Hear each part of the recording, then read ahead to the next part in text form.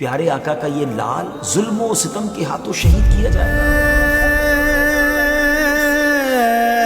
یہاں ان کے کجاوے یعنی سیڈلز رکھے جائیں گے، یہاں آل محمد علیہ السلام کے جوان شہید ہوں گے۔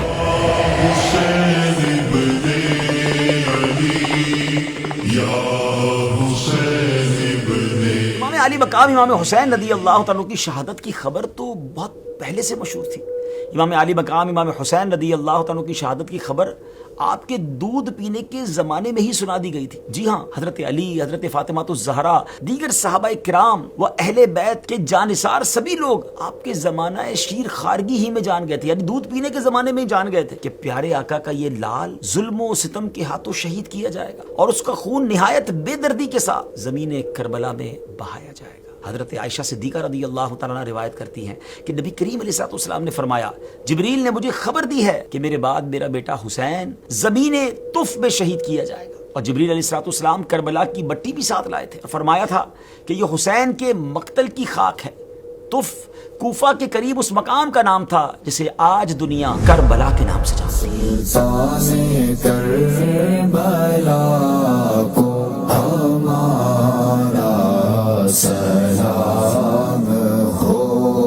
اسی طرح کبھی بارش کے فرشتے کے ذریعے خبر دی گئی تو کبھی ام سلمہ رضی اللہ تعالیٰ کو خاک کربلا دینے اور اس خاک کے خون ہو جانے کو شہادت امام حسین کی سائن نشانی قرار دینے کا ذکر ملتا ہے۔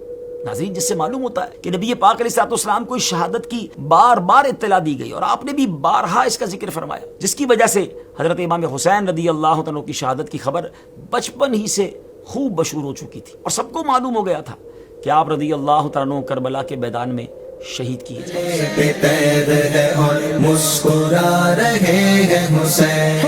مولا علی شیر خدا کرم اللہ تعالیٰ وجہ کریم تو خود اس مقام کو دیکھ کر آئے تھے جہاں امام پاک نے شہید ہونا تھا۔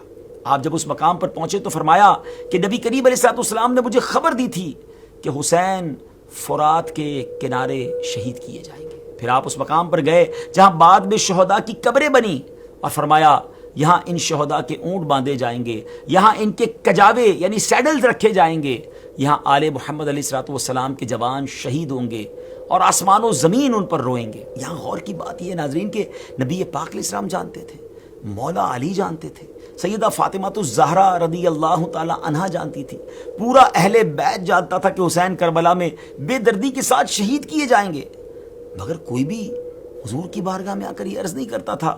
حسین کی خبر شہادت نے تو دل اور جگر پارا پارا کر دیا۔ آپ ذرا دعا فرمائے اللہ کی بارگاہ میں کہ خدا عز و جل حسین کو اس حادثے سے محفوظ رکھے۔ کسی نے یہ دعا نہ کی کہ یا اللہ کربلا نہ آئے، کیونکہ محبت والے آزمائش سے بھاگا نہیں کرتے، وہ اللہ کی رضا پر سر جھکا دیتے ہیں۔ نبی کریم علیہ السلام کی آنکھوں سے آنسو بہتے تھے مگر زبان پر رضا تھی، مولا علی کے دل پر غم تھا مگر لبوں پر صبر تھا، سیدہ فاطمہ کے دل میں درد تھا مگر دعا یہی تھی کہ میرا حسین کامیاب ہو جائے، اور حسین کامیاب ہو گئے رضی اللہ تعالیٰ عنہ۔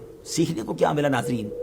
زباں پر شکوے رنج و علم لایا نہیں کرتے، نبی کے نام لیوا غم سے گھبرایا نہیں کرتے۔